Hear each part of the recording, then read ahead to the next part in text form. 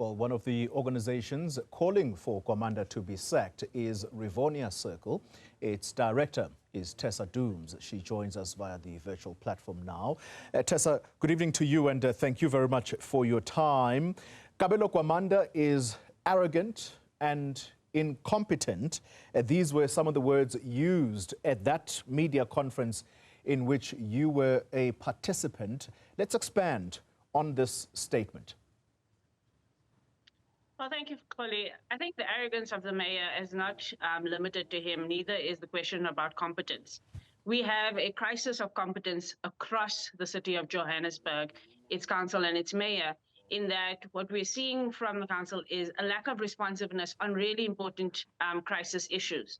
A putting in place of a tariff that is going to adversely affect the most poor, the most marginalized, the most underserviced people in the city, without requisite public participation processes. And that is evidenced by the fact that the majority of the 6 million people in the city of Johannesburg had no clue this was coming, but a resolution from that council is what has caused us to be here.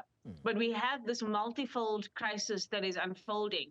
And what shows us that there's a lack of competence is that we haven't seen an adequate plan come out of this mayoral council, come out of the chambers of council. We haven't seen councillors put pressure on this executive to deliver a turnaround strategy that starts to address the many challenges that are plaguing the city. We haven't seen accountability of city entities, of city managers, of bureaucrats that are failing to do their job. And that's the role that a mayor plays, that's the role that the executive council plays, that's the role that the politicians that we've elected as councillors should be playing.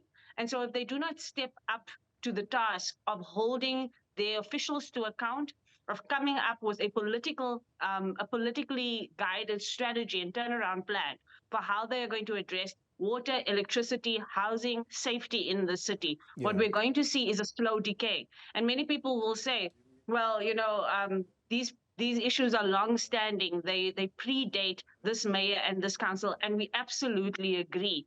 The question is that you cannot now say to us as a mayor that these are not my problems because I didn't cause it. The reason why we have new elected leadership coming to a position is to chart a course forward. And so for me, the call is more importantly that they need to step up to the task or they need to step out. We have over 200 councillors in that chamber whose job it is to make sure that we get a city that is well managed, that is well run, and that is attending to the multiple crises. Until we see that, we cannot just be met with the mayor deflecting or the mayor just not showing up adequately. And we've seen many instances where what the mayor does is PR at best, without any sense that he really cares about what's going on in the city. You've used the word decay. I'm going to ask you to talk us through the failures and regression in the quality of services. What stands out right now? Well, there are a few issues that are very clear in the city at the moment. There is a long-standing, large-spread infrastructure issue that the city has. And we have not seen the maintenance of a lot of the infrastructure in the city. The buildings are one of the first things. And when we look at from the inner city, even to some of the outer parts of the city, we are seeing buildings and roads infrastructure that are really collapsing. I think we go as far back as 2016, when the last time was that a mayor told us that he's actually working on a plan, and that was Herman Mashaba at the time, who was working on a plan to repair bridges, and he had repaired about 6 bridges around the M2, and then all came to a halt. We know about the city crisis in terms of roads. We've seen the explosion of the road, 2 roads, in fact, in the Braamfontein area in the last year that are still in disrepair as we speak, and we've definitely seen the collapse of multiple buildings. In fact, right now, the Metro building that is supposed to house the council and its employees stands empty. The council employees are working from home as we speak because they can't even be in their own building. But that's really only half of the problem in terms of decay, because the decay is also showing itself up in terms of services and financial management. The city is spending less and less on the expenditure of services and more on servicing the wage bill in the city. And so at this point, the city of Joburg may need to be sending back money to the fiscus, even though it is unable to meet basic needs. We have a definite water crisis in the city. The disruptions are ongoing. In a place like Yeoville, you are seeing two things come together at the same time. Number one, continued electricity outages.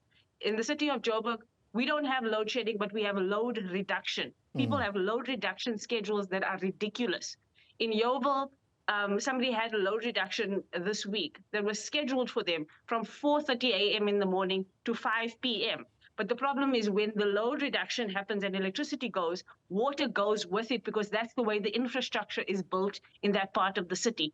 We have places like Kliptown. The Kliptown area is so badly underserviced that there's not a single service that is operating correctly in that area.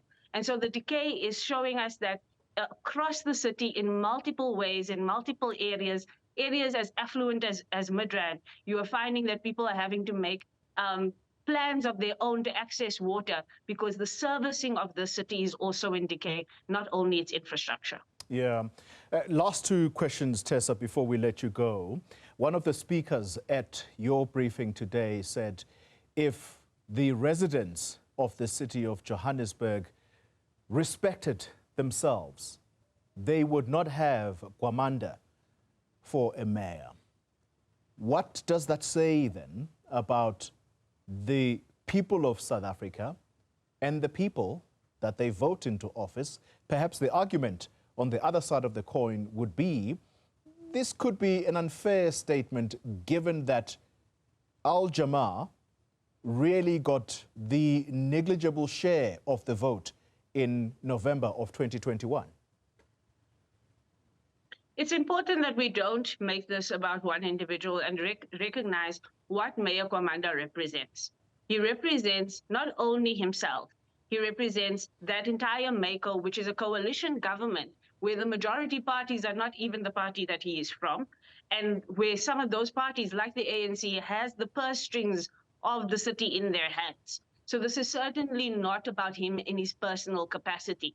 It is about politicians that are not delivering on mandate, but are playing musical chairs with political office. That's what the core crisis is here. And the accountability question is the one that we are raising most sharply here. No matter who is in the seat of mayor or mayoral council, we will have the same response if we are in the situation that we are in. And so this is a call to the residents of Johannesburg to stand up, for the residents of Johannesburg to stop fighting in the small silos that we are fighting in the small pockets that we are fighting in, and recognize there is a systemic problem here that requires a systemic and comprehensive leadership response. Yeah. And so if the leaders of our city and the leaders of this council are not up to the task, then they must step aside, and we have a responsibility to call them to order. We are not the ones that can put into place management that works or hold accountable the bureaucrats, but we do hire and fire councillors. And I think that we have to start taking responsibility as well for holding them accountable, especially at a local government level where so many of those councillors in council are directly in our communities, and they also voted for the 230 surcharge. The mayor didn't do that by himself, but it is that council's responsibility to look amongst themselves, the 260 odd of them, and ask themselves who is competent to lead in the different areas that we have, and who are we going to hold accountable and how? Because the voices of the citizens are just not being heard by the entirety of this council, and we need to make a political statement that says there are political consequences when you do not do your political job. I think you've addressed my final question, because it was going to be centered around that 200 rands monthly surcharge. Thank you very much for your time. Tessa Dooms is with the Rivonia Circle, a director within that think tank.